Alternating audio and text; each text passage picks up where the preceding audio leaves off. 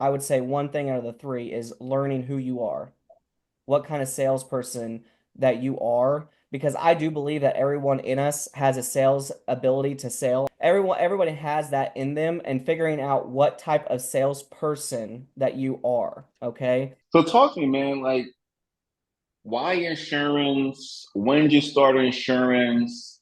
And what did your first year and policies submitted look like for you? Yeah. Oddly enough, I did keep all of that information on year and the policies done in a year. So, I'll get into my story a little bit for everybody who's just Yeah. starting insurance. I think it's a good story, so I will. And I'm like Mike, I can go on, I can keep talking. So Mike, you can cut me off when you need to. But no, policy submitted in my very first year was 317 policies and 317? 317 policies in 365 days. That was my first. Jeez, Louise. Yeah, so my humble beginnings is I come from a background. My dad's done construction for over 50 years now. My dad is the age of 75 this year, as of March. And I grew up, I was homeschooled, and then I also went to a Christian school as well, but private school. But I grew up in the summer just working with my dad. And I found out very quickly, long story made very short, that pouring concrete and framing houses and drying in houses. I did it for about 6, 7 years, but that was enough for me. It's very hard on your body. My dad's had two full knee surgeries done. He's had a shoulder replacement done, and so it's very hard on your body. So after high school, I pivoted and I was looking for opportunities and jobs. I bounced around, still doing manual labor in the area for a couple different crews. And then some of you may know him, but Ty James came to me with an offer. I've known Ty since I was a child. We grew up together. Me and his brother Sid James, who's also in the business, owns and operates a great insurance company in his own right. We grew up playing ball together. We're family friends, very close individuals, and very close friends. And so he came to me with an offer, and he said, "Hey, I know you're looking for a job. There's this insurance thing. It's called Medicare. I want to talk to you more about it." And I said, "Well, I'm all ears, because this is not going very well." So we got together and we talked about it. And I'm a big numbers guy. And I didn't even know this coming out of high school, but maturing from 18 to 19 to 20, big numbers guy. So some of the terminology I'm going to use in Medicare, but you still have the same. We have life divisions as well, and I've used it on our life teams as well. And so just break down your numbers, right? You know what your sale is, you know what your commission is, so on and so forth. So we broke down the numbers. It started to make more sense. Okay, if you can do 100 sales, you can make $34,000 roughly in annual income. I'm like, oh my gosh, I think 100 people selling them I can do that, right? I can do that. So that's the goal. So the first year we come out and we do on that first year we did 156 Medicare policies. I said 317. There's lots of ancillary products in there, lots of what we call cross sell in the business, right? Life insurance, ancillary products, dental, vision, hearing, yada yada yada. So it goes well, but in the beginning, it was not going well. And I want to talk to some of us who might be struggling on the call. Um, I have from my dad and from Christ, Jesus Christ, my Lord and Savior, the innate ability to believe in myself. And I do not know why, but it is a belief in myself and the system. And so now the first 4 months of the business, I had made a total of 5 sales. I went into the business looking at it as insurance is a job where you have to work for the money. It's not going to come to you. You don't make no sales, you don't make no money. So, and I listened to a lot of Cody Askins, which I bet everybody on the call knows of Cody. He's an awesome mentor of mine as well. But I watched a ton of his YouTube videos, and it was you got to put your back against the wall and figure out what kind of cat you are, whether you're going to claw out of it or whether you're going to curl up in the corner and die. So I moved out, bought a car for traveling and doing insurance door to door. Moved out on my own, and this is at the age of 18 years old, right out of high school, taking this new job opportunity, taking on bills, responsibility, so forth. I had a savings account. I'll be very honest with you guys. Savings accounts at $18,000, right? That's what I came out. Now, some of us don't have that, but I'm very blessed in the right with a good family, a good job that I worked for many years to build that up. But I said, this is it. This is the nest egg. This is the opportunity. It's time to go. 4 or 5 months down the road, it's looking really bad. Okay. Training's going so so. I started in March, but we're getting closer and closer to what we know as AEP in the business. So I know it's time to hit the back gas pedal. October opens up, our annual enrollment period starts going on. That's when you go after all that Medicare you can grab, as much of it as you can and many as appointments in a day, as much as you can do. You're going, you're going, you're going. So I tackled that first AEP. It's not a very cute, cool story. The bank account goes all the way down to basically $1,565 in December. I think it was December 21st, like right around Christmas time. And I'm like, I got next month's rent due. I got, Michael Bond. Like, I'm thinking, like, I got all these things. But as Michael Bond knows, I made the sales that I did. I knew it was coming, right, Michael? Like, we know it's coming. So January rolls around and I get my first ever check, and it's roughly around $20,000 by doing insurance, as a little bit below $20,000.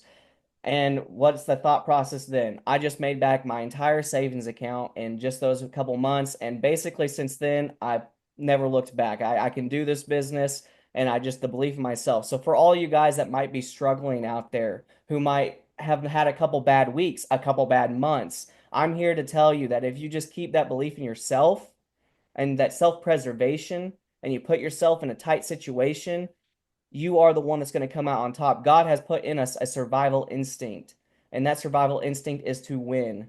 Okay, at all costs. When it has to be at all costs, it is at all costs. So I just want to give you guys that to keep pressing forward for those of us who might be just starting, because I was there with you. God has extremely, extremely blessed me to be where I am now. But I want you guys to know just to keep that foundation in yourself and foundation in Christ, and you will pull through if that is what God has for you to do. So that's a little bit of the first story, Mike. Jeez Louise, man, we're off to a good start. This is good so far, y'all. Put some fire emojis in the chat. So, your first 5 months, you wrote 5 apps. It was like 5 or 10 Medicare apps. Yeah, I was counting the Medicare apps, and it, So, it was and not going you're very you're well. full time, right? Yep, yep, So full you're time. full time. I say full time, 40 hours a week. You did five, brother. That's one per month. It was rough. It was rough. I'm not Mm, counting. I sold a couple dentals. I sold a couple visions, but I don't know if you know anything about that, Mike. They don't pay yeah, very much. They yeah. don't. It ain't a lot. It ain't a lot. So it Now was let's it was a help learning me out curve. though, Zeb. Those first 5 months, looking back now, you're like, was it fifth year, sixth year in business? It's gonna be my sixth. It's gonna be my seventh year this year. It was 6 years. Looking back now, you train a lot of agents. You're now doing a lot of business now on a month-to-month basis. Looking back now, those first 5 months, if you could pinpoint three things, what were three things you were not doing? And there's a reason why you're getting literally one app per 30 days, that's not good, man. It wasn't. There was a lot of training. I started out in telesales, and I know this is a big telesales organization. Love that. I respect the crap out of you guys. This guy right here, I could do it now that I've learned a lot of techniques and a lot of things, but starting out, this guy was a shy guy that could not do it over the phone, and for some reason he could do it face to face. So one thing is I would say one thing out of the three is learning who you are, what kind of salesperson that you are, because I do believe that everyone in us has a sales ability to sell. I mean, every man has to, because I don't know how we get married anyways, right? And I haven't even got that one figured out yet. So I'm still not the best, but everybody has that in them, and figuring out what type of salesperson that you are, okay? Some are I worked in an LOA program. I'm not going to go too deep into that, but it was with other agents who are just starting out, just like me, and one of them was super super good at telesales. A lot of you may know of him. His name is Tim Smith, the Medicare guy, and he's still really good at it. He's still doing social media presence and still out there pumping that. And we are all attempting new things, doing new things. I did that telesales for 2 3 months. It was not for me. I figured out that if I go door to door, I run the leads this way. And back then we didn't have the rules and regulations that we do now, but I had door leads, I had direct mail leads, and I was really good at, if I got through the door, I'm probably going to close business. So I figured that out. So finding that out. Number two, you said, hey, you're doing a full-time job, right? I wasn't though. Number two is consistency. Okay, the consistency to show up every day, whether or not you feel like it or not. The biggest thing about insurance, especially when you're starting out in the position that everyone on this call is in, is that you are now your own boss. And for me, I'd always been an employee and not an employer. And I had to figure out that I am going to be my own time schedule. I had to be my own time in my own person, holding myself responsible to show up each and every day and get the job done. And so starting out, I was not doing that as well. So number two, I would say is consistency, which I would put emphases, put it in bold lettering, because in insurance, even I think Mike, you can get there and I can get there even now in our day-to-day business that we do now is we have to show up every single day, but maybe now it's just a little bit more for the agents, right? Than instead of the clientele that we're talking to. And so, at any aspect in this insurance space, no matter where you guys want to go, if you could build teams someday, whatever that looks like, you're going to have to show up each and every individual day. And that's just something that we have to figure out on that as well. And then let me think about this next one. I'd say number three for me is I would say knowing my numbers. Honestly, Mm. Mike, I would say knowing my numbers. And what I mean by that is knowing how many dials it's going to take to book an appointment, how many appointments I'm going to need in a week to make how many sales that I'm going to make. Normally, for me, whenever I was running it my way, the way I did business is I would get the 20 to 40 leads a week that I needed. And you can say maybe every 2 weeks as well on that. 20 to 40, that's my deal. And if I can get in the door to 15 of these, I know I'm going to close roughly 8 to 9. And I know and then this in the back door is my commission, and I know what that's going to be. And so whenever I figured out those numbers as well, it also motivated me to show up every day, which helps on point number two. So it just knowing that I'm just a very analytical thinker. When it comes down to it, if I know my numbers, I know that it's insurance is a numbers game. As long as I get in front of people and I get in front of enough people, I'll make enough money. And money was the biggest thing starting out.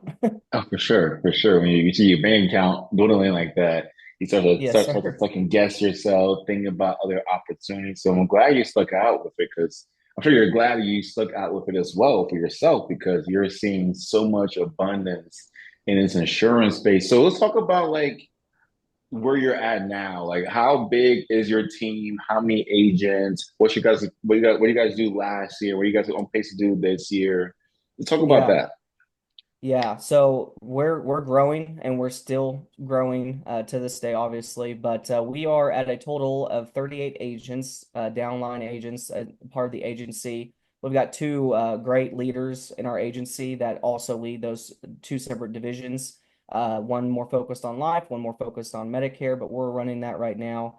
Last year was a good year, but we could have done more, obviously. But we did about, I think, $600,000 in your production values of last year Mhm, mark, mhm, roughly around, I think, 800,000 commissionable or dollar amount wise. mhm. But this year we are already at 878,000 as of May 1st, and we'll be redoing our numbers obviously when June comes in. So it's been a great year. Producing downlines have also went up. I know a lot of us want to track that as well, but we've got the consistent producing out of the agents, and that's what we want to see is people, other people succeeding every single day. So that's where we've grown to, and that was over again. That's been over a 7, 8 month time frame. So we're really buckling down in 2025. Did you always wanted to build an agency, or if you didn't, or you did, like what's the reasons you did want to build, or if you did not want to build, what encouraged you to build, and then why do you love building a team, a sales force now? Yes, that's a good question. When I first started, it was never in the vision, and even 2 years ago, I'd say maybe 2.5 years ago, it was not a part of the plan. I'm a more as Michael Bond would probably root with me on this one a little bit. I wanted to build my book, maybe have an office, do my day to day, and just ease through six figures a year, basically. I'm comfortable and I'm happy, but comfortable is bad. And growth is one thing, but here's the main catalyst of everything. Brett Boyd is one of our agents, and he's probably going to be fine with me telling his personal story, but he came from us from a captive agency uh, just struggling as an agent, honestly. And then even in his first 2, 3 months, also struggling in the independent world with us, with me as his mentor as well, and doing ride-alongs. We're working together, but he got a big break, and then it fueled his confidence, and now he's one of our top Medicare producers, along with annuity producers. And the here's what it really hit me, probably the hardest. About 8 months after that, and we're still not doing a whole lot of new agents and all the things, and we're not recruiting at the level we are now. He calls me And he's like, "Hey, I just want to let you know I just left the gas station, but I got a story I wanted to tell you." And I was like, "What's up, man?" And we're good friends now. We've been together since he started. So, but what the at the end of this is me and my wife, we're on our way to church. We stop and get gas, and pulling in. He's getting gas. She goes in the convenience store. She gets a couple of drinks, maybe I think a Snickers bar or something. And she comes back out, and he told me over the phone. He said, I stopped her right there, and I was like, God's blessed us so much." And she said, What do you mean?" And she said, "I don't remember." He said, "I don't remember the last time that I had to put $10 in the gas tank."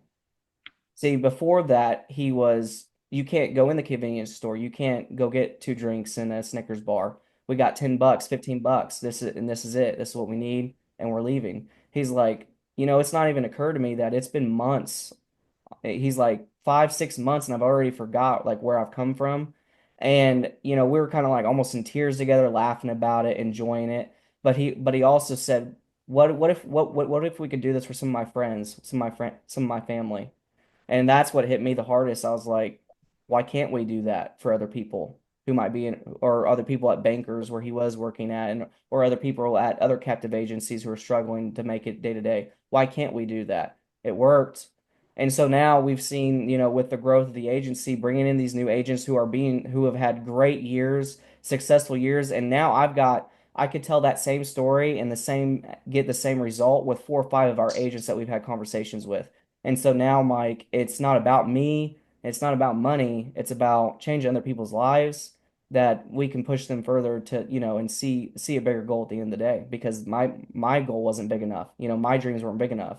And now they're Man, getting bigger. So this is good, man. Guy, this is so good, dude. Michael Bond, I know Michael Bond gets fired up when you see his eyebrows switching, man. This is so good, man. Dude, I love this. Like, I can go on and on, but I don't want to talk a lot. I want to be more about you, man. But I wholeheartedly agree when it comes to showing other people to join the insurance space. I'm telling you, like that, right? What you said just now, it's the reason why I do it. So before I pass the call, Michael Bond, and he can go and do some Q and A with the rest of the organization.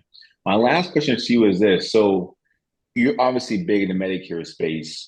What are some what are some things you're doing in the Medicare space right now to allow you to see a lot of business? I mean, and I think the things you're doing right now could probably even translate to the insurance space, life insurance space. But what are some things you're doing right now to gain attraction for getting clients that maybe a lot of other agents don't even know about? yeah, I mean, our biggest thing is I teach what I know, I teach what I'm good at, and that's what I try to do.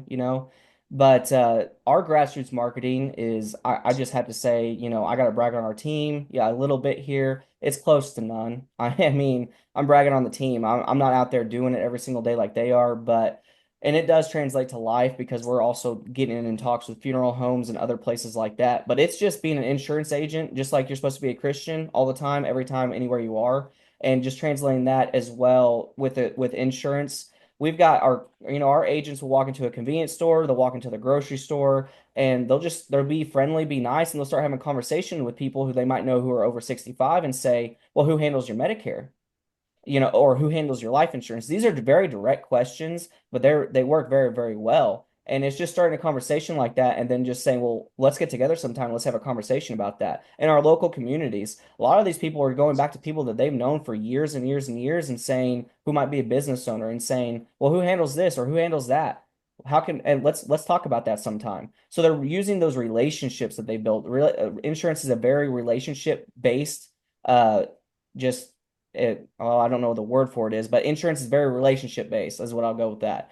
And it's using those relationships every single day. Now, we're in a small community in our hometown where we are here in Missouri. I've got agents that are in big cities as well, but it's also going to places like for Medicare, in instance, you're going to dental providers, vision providers, hearing providers, even some of your small clinics, chiropractic offices, funeral homes. I mean, real estate office. Our life people go to funeral homes, real estate offices, just and then also they go and try to make connections with banks, for those mortgage protections. So we're just reaching out because I've got like two or three of my friends from high school that are now working at as tellers at the banks. Hey, what kind of let's have a conversation. Can I talk to management for a second, as well? And just using those relationships to benefit also the bank and benefit you as well, and using it not as just walking and asking for referrals, but figuring out how you can help them and they can help you as well. With a lot of our dental, vision, all that, we want to make sure that they're in network. We want to make sure that we can send our clients there. Hey, I've got these clients.